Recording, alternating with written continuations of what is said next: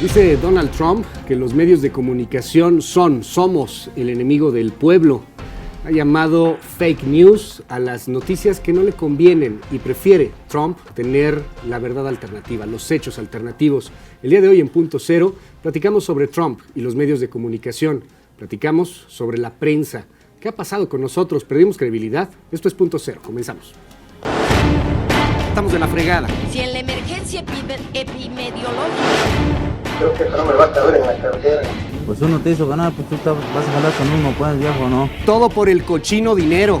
¿Por qué le tiene tanta admiración a un dictador?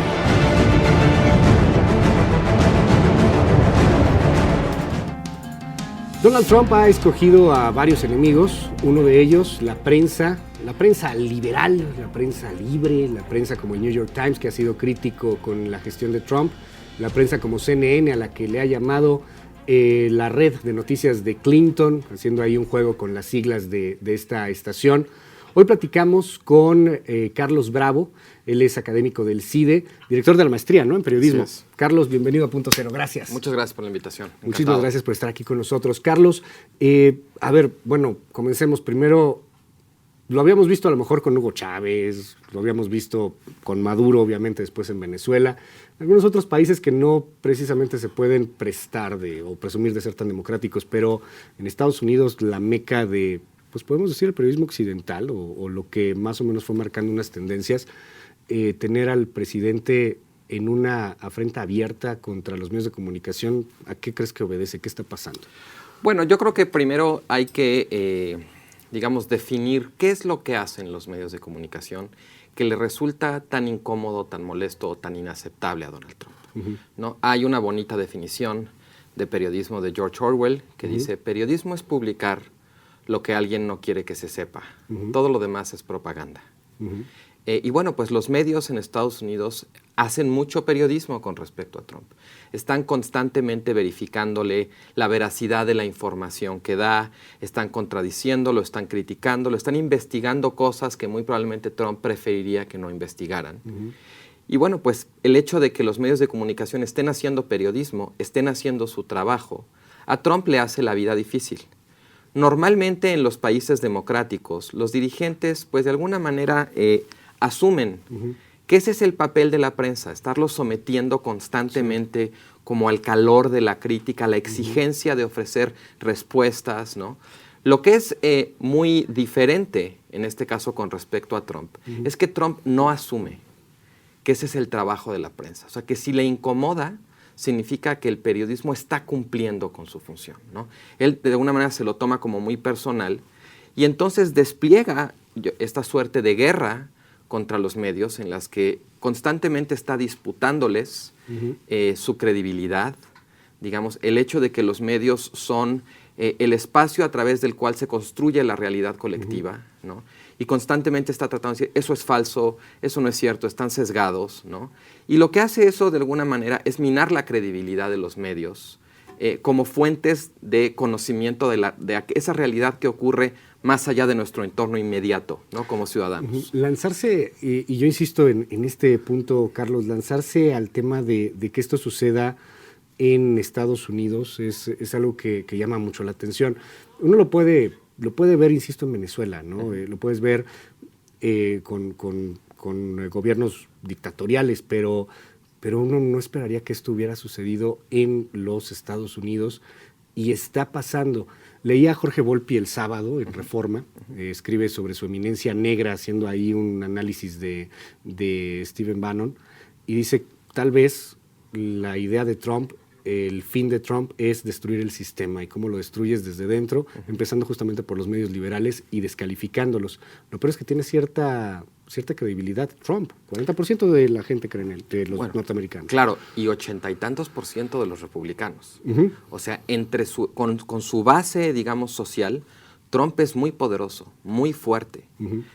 No con los liberales, no con los demócratas, pero bueno, pues con esa base le bastó para ganar, dadas las reglas peculiares del sistema electoral estadounidense. Lo que Trump está haciendo es, al minar la credibilidad de los medios de comunicación, es convertirse él, de alguna manera, en la fuente alternativa de información para esa base social, él y los medios que le son afines, ¿no? Fox News o Breitbart, este sitio de internet que ha tenido un crecimiento espectacular y del cual, por cierto, salió la figura del que se considera como el ideólogo del trumpismo, que es justamente Steve Bannon, ¿no? Y el tipo de... Yo no diría que ellos hacen periodismo en sentido estricto, pero el tipo de información que ellos ofrecen es información que está deliberadamente diseñada para coincidir con las preferencias, con las emociones, con los prejuicios de un cierto tipo de público. Sabemos, y esto está muy estudiado, que la gente tiende a consumir la información que coincide con su visión del mundo. Esto no es una novedad. Cierto tipo de instrumentos tecnológicos como Facebook, como Twitter, exacerban ese fenómeno, ¿no? Crean como burbujas en las que la gente dice, pues fíjate que en toda la campaña yo nunca escuché ninguna opinión negativa de Trump. Ajá, y ahora sigo nada más a Fox News y a Breitbart y etcétera, ¿no? Pero digamos que Trump está llevando ese fenómeno casi como a convertirse en un principio rector de su política de comunicación. Y, a ver, aquí hay un asunto muy interesante, el hecho de los medios tradicionales. Yo ahorita te ponía el ejemplo, bueno, ya nada más sigo a Fox News, pero recuerdo rápidamente, pues en la campaña Fox News le empezó también a tirar duro. Sí. Y tiene un punto Trump cuando dice, ustedes dijeron que yo no iba a ganar. No sé si tú lo viviste, yo creo que sí. Bueno. El día de la elección, en la mañana, si tú y yo nos sentábamos, Carlos, y apostábamos lo que tú quisieras a que ganaba Trump, yo no le hubiera entrado. Yo te decía, estás loco, vas a perder tu lana. Ajá. Y ganó. Bueno, sí, o sea, yo fui de los muchos que, digamos, confiamos en la evidencia, en la información que ofrecían las encuestas más serias. Y bueno, pues resultó que esas encuestas tenían un sesgo. No necesariamente que estuvieran inflando a Hillary Clinton. Los resultados que obtuvo Clinton más o menos andaban... Sí, por los resultados de la encuesta. La cosa fue que se subestimó al electorado de Donald Trump, ¿no? Ahora... Y hay un electorado que dice no respondió. O sea, sí, está todo el tema de que responden o responden... O te boicoteaba de manera consciente a la encuesta. Correcto. O sea, digamos, ahí sí hay un tema de la evidencia, los instrumentos que teníamos para medir la realidad, para tratar de predecir el resultado, nos fallaron, ¿no? Ahora, yo creo que de eso no se sigue que entonces los instrumentos no sirvan para nada. Estamos mejor con encuestas que no son perfectas que sin encuestas. Cuando Trump dice que ustedes fallaron porque yo gané a pesar de que nadie decía que iba a ganar, lo que hay que recordar es, bueno, en estricto sentido, no había evidencia para creer que Trump iba a ganar. El primer sorprendido del triunfo de Trump... Creo que fue Trump. Es Trump mismo, ¿no?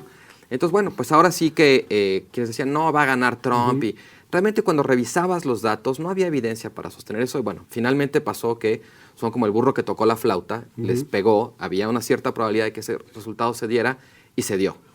Trump no tiene razón al decir que se equivocaron los medios, porque los medios simplemente estaban dando a conocer la mejor información disponible. Resultó que la información no fue precisa. Pero los medios, bueno, y esto lo sabes tú mucho mejor que yo, siempre están trabajando con información imperfecta, que se va actualizando, ¿no? Bueno, porque ese es su trabajo, ¿no? Y en ese sentido, bueno, creo que Trump está utilizando un hecho que ocurre en la propia dinámica de los medios, en contra de los medios, como si los medios pudieran hacer otra cosa.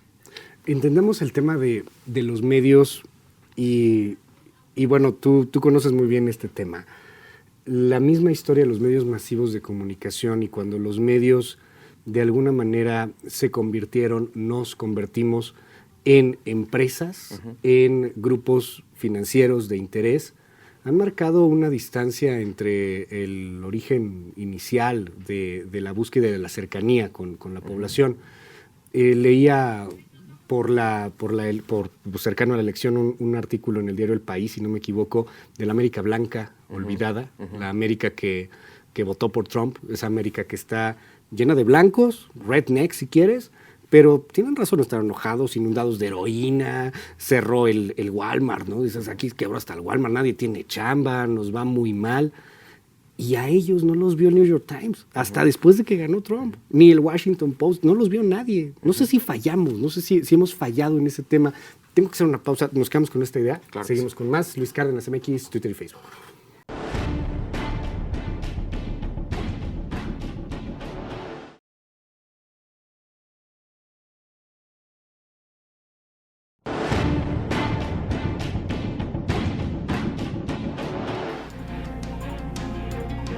Seguimos platicando aquí en Punto Cero Te preguntaba hace un momento, Carlos, yo no sé si los medios hemos fallado en acercarnos a la población.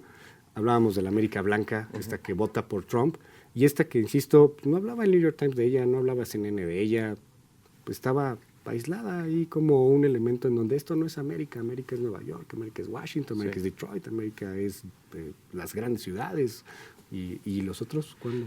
Sí, los principales medios como el New York Times, como CNN, en efecto, creo que sí, su cobertura de Estados Unidos está muy sesgada hacia las ciudades, pero creo que ese no es una característica exclusiva de ellos, ¿no?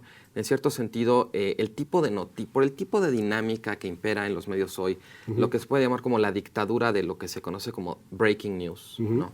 Constantemente, estar dando las noticias conforme transcurren.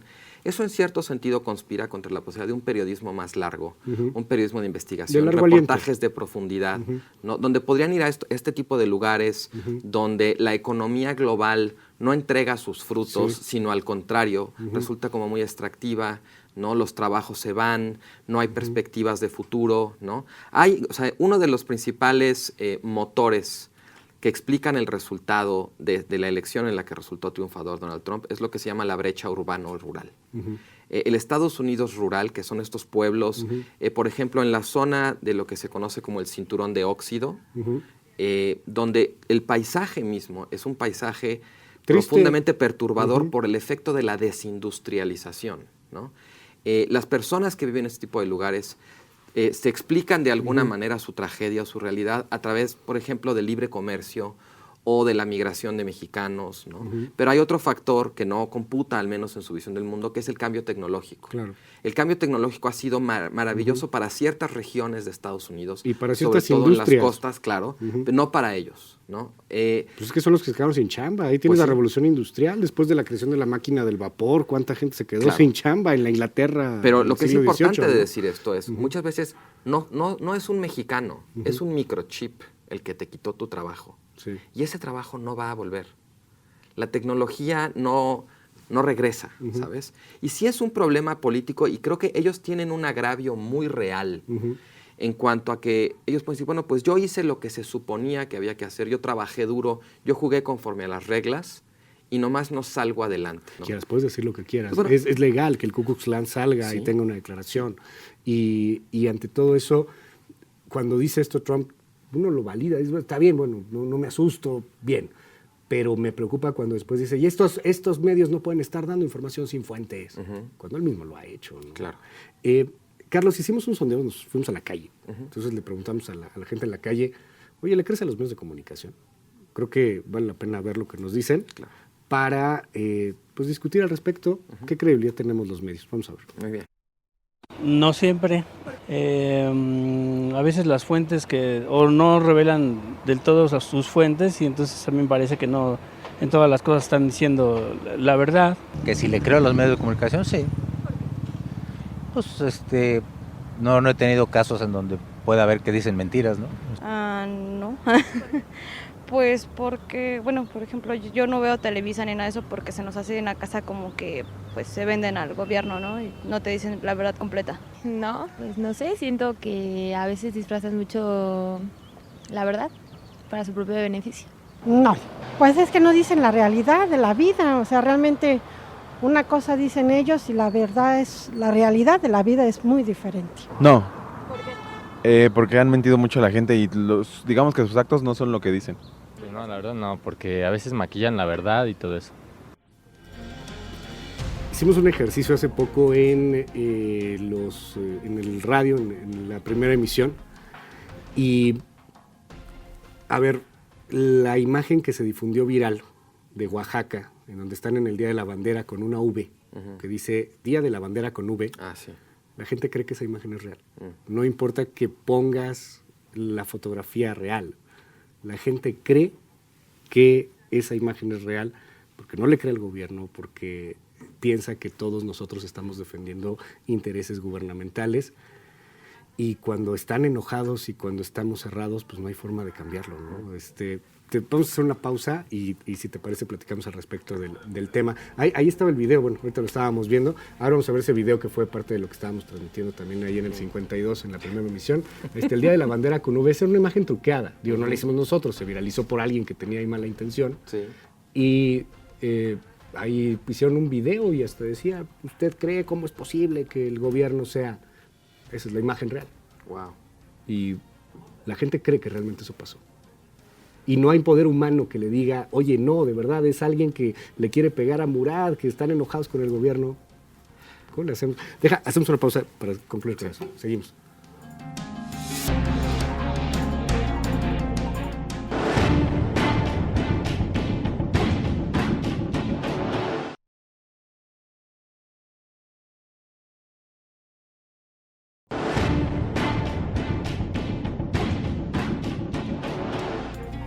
Seguimos en Punto Cero, platicábamos hace rato sobre este fenómeno. Yo no sé si enmarcarlo o no, creo que sí cabe un poquito en esta onda como de la posverdad, ¿no? O sea, creo lo que yo quiero creer, no importa que me des la evidencia que no es cierto. ¿Qué yo creo que este es un ejemplo muy útil, de la imagen truqueada, que se distribuye mucho más en redes la truqueada que la verdadera, y ya nadie hace el ejercicio de corregir y tal, porque esto de alguna manera lo que nos muestra es que las personas comunes y corrientes en el fondo no somos tan distintas de los trompistas más rabiosos. Sí. O sea, hay una parte en la que nuestros cerebros están de alguna manera diseñados para sentirse más atraído por aquello que corrobora nuestras ideas que por aquello que las contradice. Sí.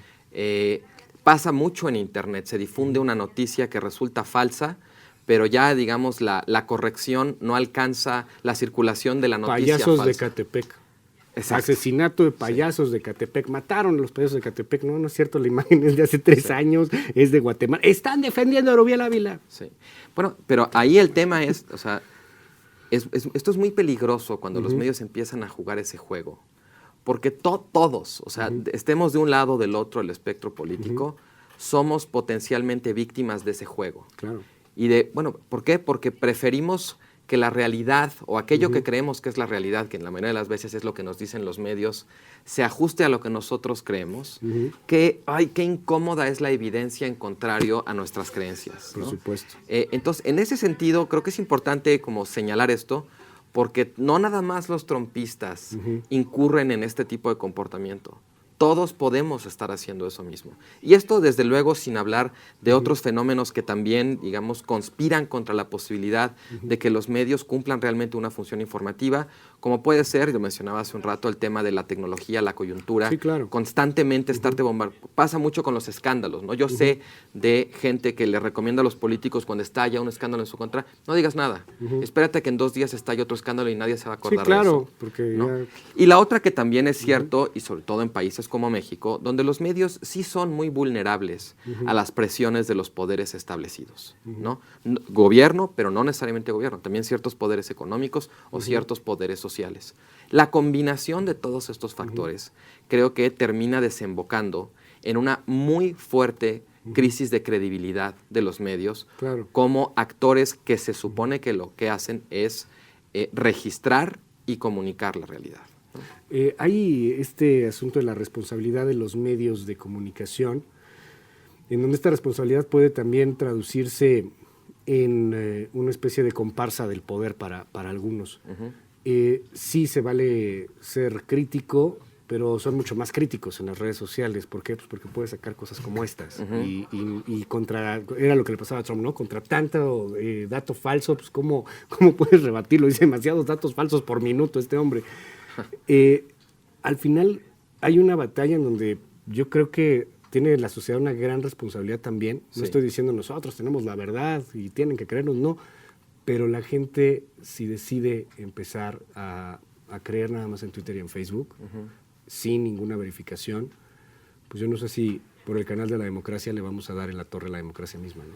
Bueno, el tema ahí es que siempre querer intervenir tiene como la sospecha, a veces fundada, a veces no, de que lo que inspira la intervención es un impulso sensor, ¿no? Sí. Hay una escuela de interpretación de todo esto que dice, bueno, pues este es el costo de vivir en un lugar en el que hay libertad de expresión. ¿no? A veces van a circular Sí. mentiras, falsedades, versiones interesadas, ¿no? Dice la misma escuela, si no me equivoco, mejor más libertad que sancionarla. Que censura. ¿no? En efecto, el tema es también, suponemos que en el mercado de las ideas o en el mercado de la información, también hay mecanismos de autocorrección. O sea, que cuando hay una mentira, alguien, por la propia dinámica de competencia, alguien la va a señalar. Fox News es conservador, CNN Pues es sí. liberal, si alguien le pega, le da al otro, ¿no? Pero cuando ya no hay justamente como, o sea, cuando cada quien está en su agenda sin voltear a mirar a los otros, sin tratar de ganarles auditorio, porque cada quien ya tiene su auditorio como estanco, conquistado, consolidado. No tengo que ganarle auditorio a los ya no están compitiendo porque cada quien de alguna manera le está como predicando a su propia parroquia, Sí, claro. ¿no? En esa medida hay una responsabilidad desde luego de los medios, pero también de las audiencias, ¿no? Porque uno supone que las audiencias tendrían que tener la capacidad de detectar cuando una noticia es falsa o es sospechosa, ¿no? Pero ese es un supuesto que en la realidad muchas veces no se cumple, ¿no? Y las audiencias de alguna manera también están sujetas pues al menú informativo que consumen, que cada vez se va estrechando más. Por supuesto. Y cada vez es más difícil toparte con noticias que pongan en entredicho lo que tú crees. Carlos, muchísimas gracias por estar con nosotros aquí en Punto Cero. No, al Tu contrario. Twitter, Facebook. ¿cómo Mi te Twitter seguimos? es @CarlosBravoReg. Tus redes de la posverdad. Exactamente. Está bueno. Gracias, Carlos Bravo. Muchas gracias a ti. Muchísimas gracias. Hasta luego. Cuídense mucho, descanse, pásela muy bien. Si tiene alguien querido, dele un beso, dígale que lo quiere mucho. Buenas noches, nos vemos mañana en punto de las 6 de la mañana en la primera emisión. Bye bye.